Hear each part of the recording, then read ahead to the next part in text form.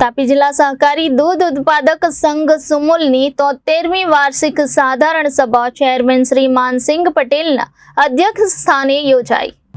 સુમુલનો કુલ વેપાર 6,333 કરોડ છે, જે આગળના વર્ષ કરતા 18% એટલે 970 કરોડ વધુ છે। સુમુલે અહેવાલના વર્ષ દરમિયાન 88 કરોડ લીટર દૂધ સંપાદન કરેલ છે। એ અહેવાલના વર્ષમાં દૂધ ઉત્પાદકોને પ્રતિ કિલો ફેટનો ભાવ 932 રૂપિયા ચૂકવેલ છે। સુમુલ સુરત અને તાપી જિલ્લાના 2.5 લાખ પશુપાલકોને ગામડામાં રોજગારી આપવાનું સફર કરી રહી છે।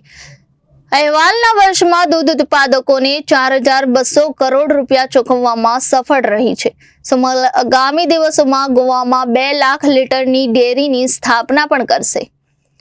જોઈએ તો સરકારનું બજેટ લગભગ 3.5 લાખ કરોડ રૂપિયાનું સરકારનું બજેટ છે અને તમામ સહકારીઓ મંડળીઓનું આપણે જોઈએ બજેટ એ બજેટ લગભગ 3,10,000 કરોડનું આ બજેટ થવા જાય છે। એટલે કહેવાય છે સરકાર અને સહકાર એ બંને એકબીજાના રથના પૈડા છે।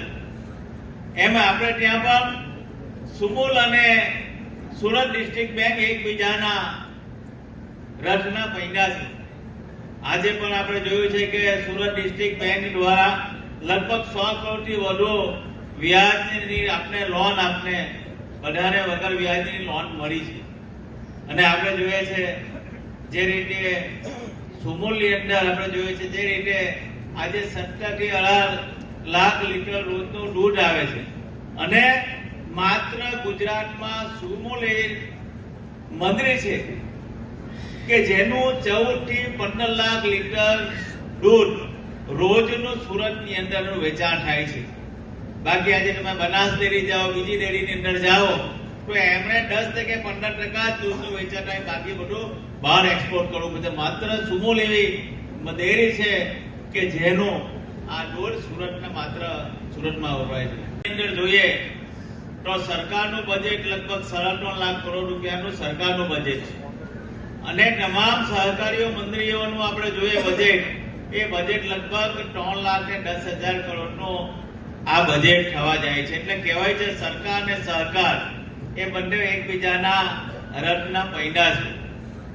એમ આપણે ત્યાં પણ સુમુલ અને સુરત ડિસ્ટ્રિક્ટ બેંક એકબીજાના રથના પૈડા છે। આજે પણ આપણે જોયું છે કે સુરત ડિસ્ટ્રિક્ટ બેંક દ્વારા લગભગ 100 કરોડથી વધુ વ્યાજની આપણે લોન આપને વધારે વગર વ્યાજની લોન મળી છે।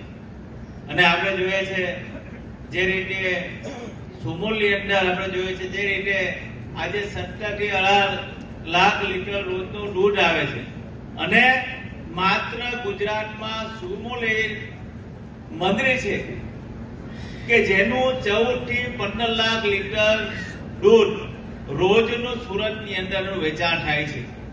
બાકી આજે તમે બનાસ ડેરી જાઓ, બીજી ડેરીની અંદર જાઓ તો એમણે 10% કે 15% દૂધનું વેચાણ થાય, બાકી બધું બહાર એક્સપોર્ટ કરવું પડે। માત્ર સુમુલ એવી ડેરી છે કે જેનું આ દૂધ સુરતના માત્ર સુરતમાં વપરાય છે।